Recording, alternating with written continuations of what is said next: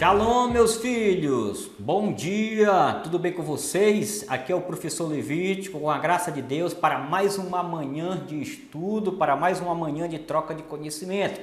Desejo que o amor do Pai, que a comunhão do Espírito Santo esteja com cada um de vocês, com cada familiar, com cada amigo, com cada professor, que hoje, nesse dia, vai somar no seu crescimento, não é? No seu entendimento e na sua maturidade.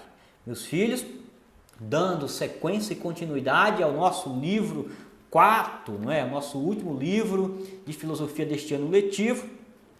Vamos trabalhar a nossa segunda aula hoje, tá? Que vamos tratar sobre o olhar como os outros olham. Então, na aula passada, né, nós discutimos sobre os fios que nos unem às outras pessoas, né? Os fios que faz com que todos nós estejamos ligados uns aos outros, né? E nós falamos muitos exemplos sobre isso. Então, se nós estamos ligados, né, se nós estamos nesse vínculo de dependência, nesse vínculo, né, filial, biológico, social, tá? E sentimental, então nós temos, não é, que olhar para os outros como os outros nos olham. Tá? E eu digo muito mais de que olhar para os outros como eles nos olham. Por quê? Porque se tem alguém que olhar para você com um olhar, não é, que não seja um olhar gentil, não seja um olhar educado, isso não te dá o direito também de você tratar essa pessoa dessa mesma forma, tá? Ninguém deve, quem é educado não se troca, não é? Não se rebaixa com mal educação para aquele que não tem educação, tá? Então, não é porque as pessoas te ofereceram espinho que você vai oferecer espinho. Não, ofereça pérolas, tá? Rosas. Quem sabe você não vai amolecer o coração desta pessoa e ela não vai ser transformada, não é? Então, você tem esse poder sempre, como nós já discutimos nas aulas anteriores, de escolher, não é? Qual a maneira, qual a atitude, qual comportamento você quer ter diante de determinadas situações, tudo bem? Então, tratar sobre a questão dos olhares, não é? Tratar sobre a questão do olhar do outro para nós e o nosso para o outro, nós temos que tratar sobre dois princípios fundamentais, tá, meus filhos? Que é o princípio do respeito e o princípio da compreensão, tá? Então, se quem não respeita o próximo, né, ou quem não se respeita, em primeiro lugar, o respeito, assim como nós estudamos na aula passada, da questão do conhecer a nós mesmos, tá? Então, se eu não conheço a mim mesmo, né, eu não posso conhecer mais nada. O princípio para conhecer alguma coisa parte do princípio do nosso autoconhecimento. A mesma forma é a questão do respeito, tá? A mesma forma é a questão do valor. Se eu não me valorizo, se eu não me respeito, eu vou valorizar, eu vou respeitar outra pessoa? Não, meus filhos. Então, o princípio do respeito e dos valores, eles iniciam e partem de nós mesmos, tá? Só vou ser respeitoso com os outros quando eu sou respeitoso comigo, tá?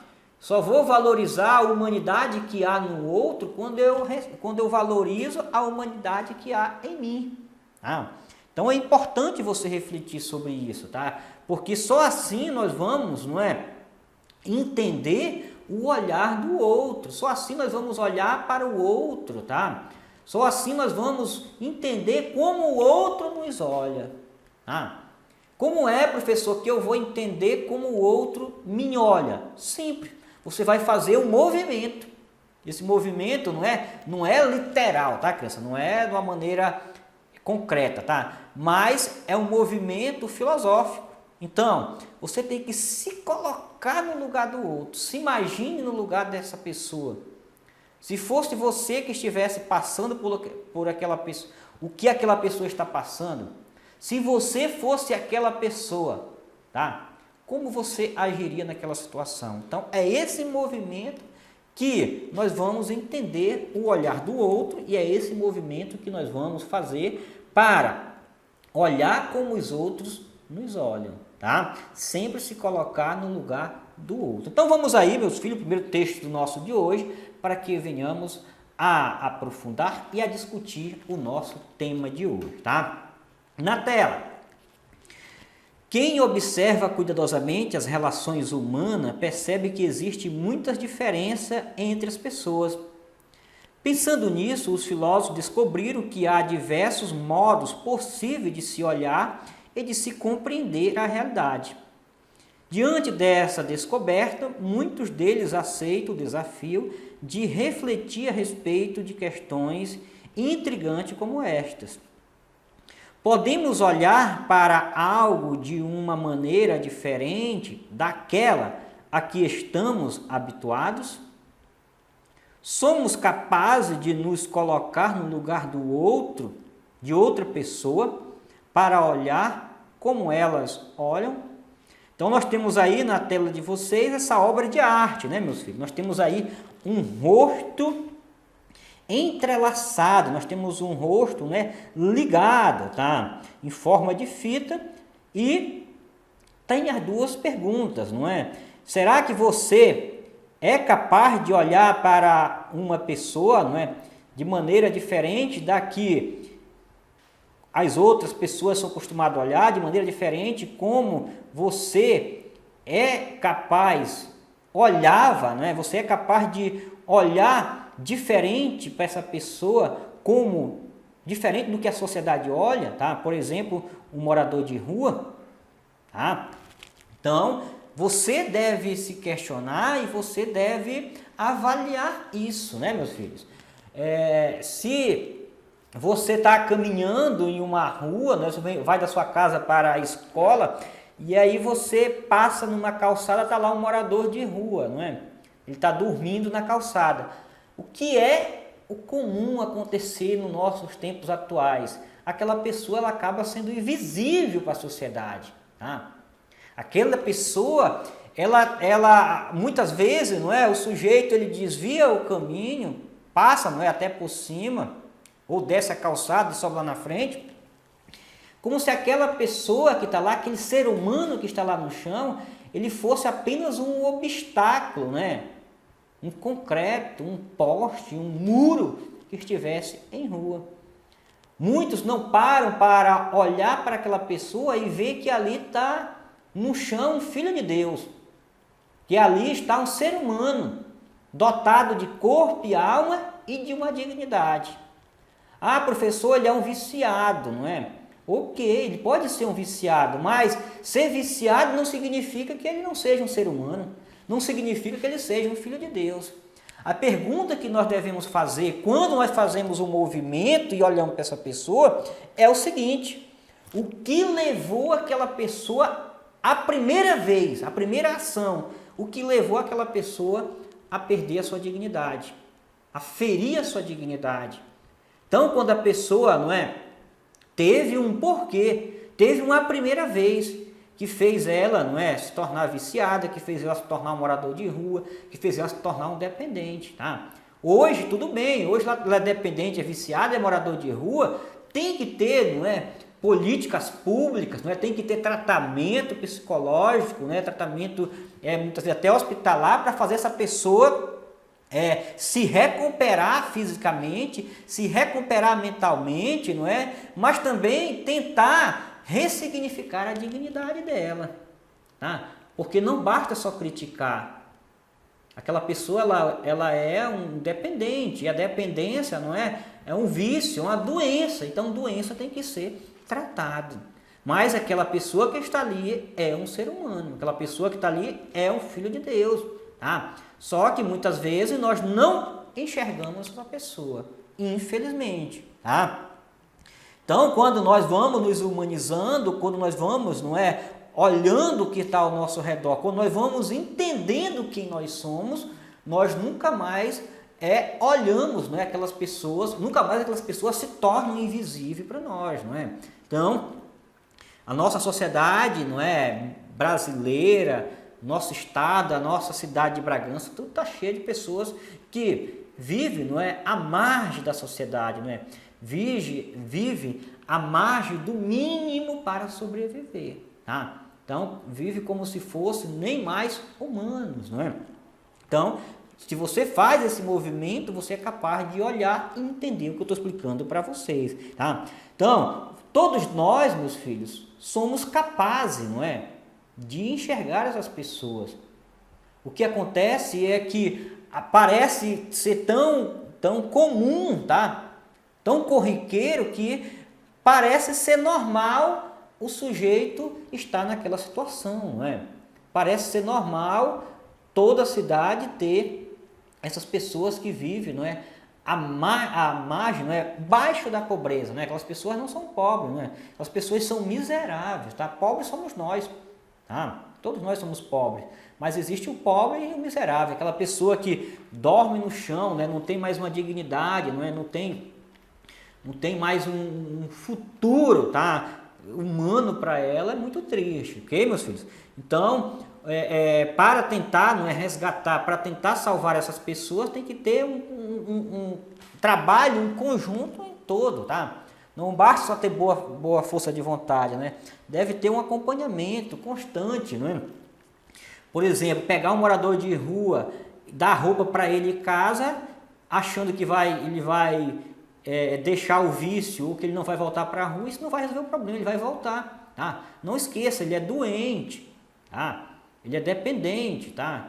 Ele está acostumado, então tem que haver um tratamento constante, por cima de tudo, para reinserir essa pessoa em sociedade, dar uma dignidade para ela, tá? Dar um trabalho para ela preencher a sua mente, não é? Ou, além do trabalho, dar uma possibilidade da capacitação, de conhecimento, de estudo, né? Um acompanhamento psicológico, espiritual, para que a pessoa possa novamente, aos poucos, ir se reestruturando e se reconstruindo, tá?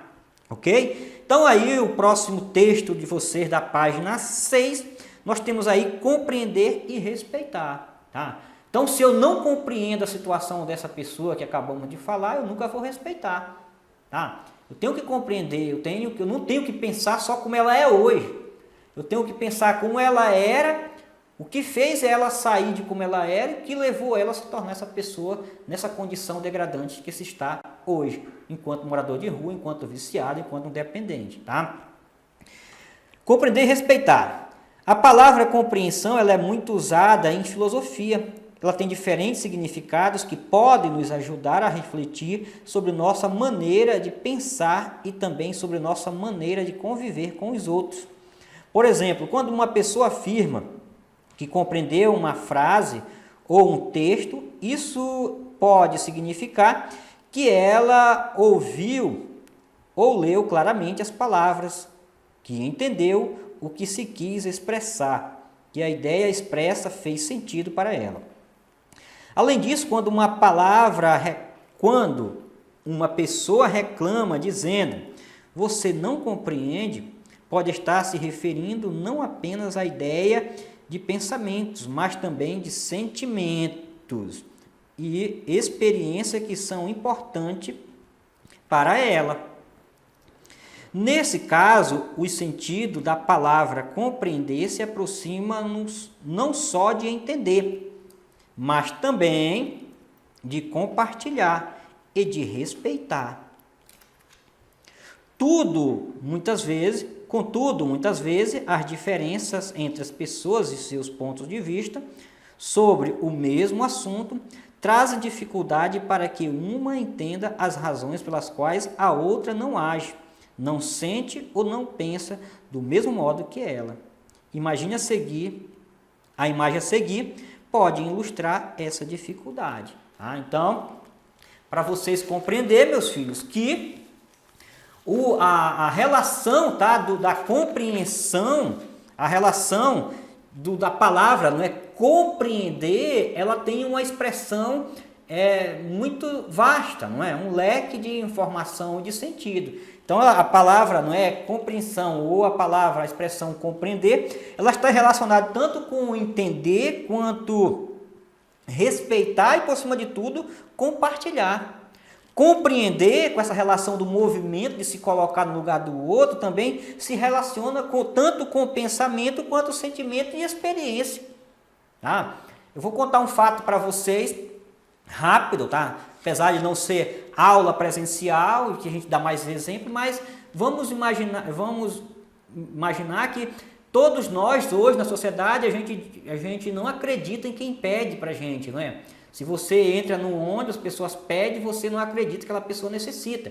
Se alguém vem pedir na sua porta de casa comida, você não dá porque acha que ela não precisa, né? Ela vai trocar em droga. Então a gente faz sempre um julgamento, tá? Sem se colocar no lugar da pessoa e ajudar.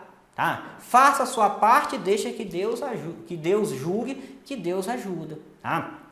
Então, um dia, quando era seminarista, eu fui fazer uma compra, e aí numa determinada loja, eu acabei pagando as compras e não tinha, quando cheguei na parada de ônibus, não tinha o dinheiro para voltar, tá? Para casa. E aí, ao chegar na parada de ônibus, era longe para voltar, eu fiquei em pânico. Tá? O que eu vou fazer? A pé não dava dia, que era longe. Tá? Eu nunca tinha pedido na minha vida, tá? Que eu não sabia nem chegar lá no cobrador, no motorista, e pedir para mim entrar pela porta do ônibus de trás. Tá? Eu fiquei desesperado. Então, o que foi que eu fiz? Eu lembrei que eu tinha ido lá no caixa, né, com a moça que tinha me atendido, e eu digo, não, eu vou na moça, que ela viu que eu fiz a compra, então eu vou pedir para ela R$5 para me pagar a minha passagem, e amanhã eu vou devolver para ela. É isso, eu fui, gente, meu sangue, eu não sentia pisando no chão, eu estava extremamente nervoso, né? Tinha saído de si. E aí cheguei lá, contei a situação para a moça, né? Ela olhou para mim, eu pedi R$5, e ela olhou para mim assim, ficou sem dar muita atenção, mas meteu a mão na bolsa e me deu R$10.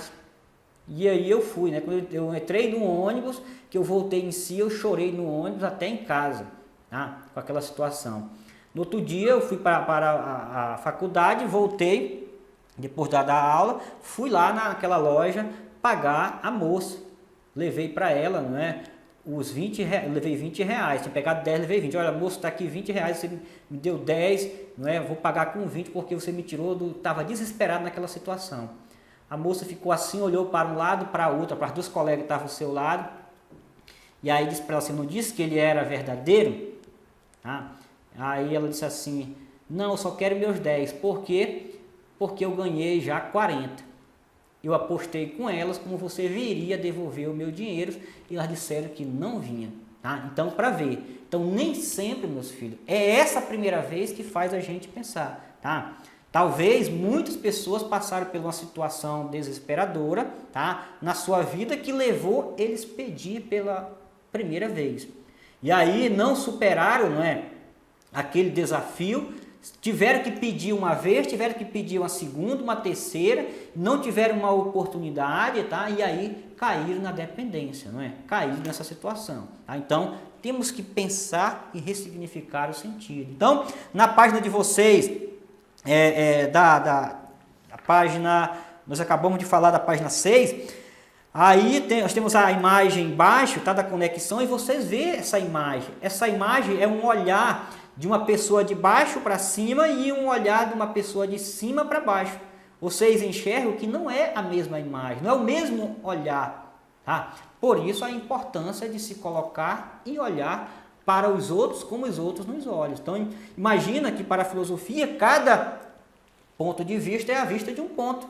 Então você tem que ir para o ponto de quem esteja olhando para que você compreenda o olhar dessa pessoa, a situação dela, ok? Beijo no coração de todos os meus filhos e até a próxima, se Deus quiser. Shalom!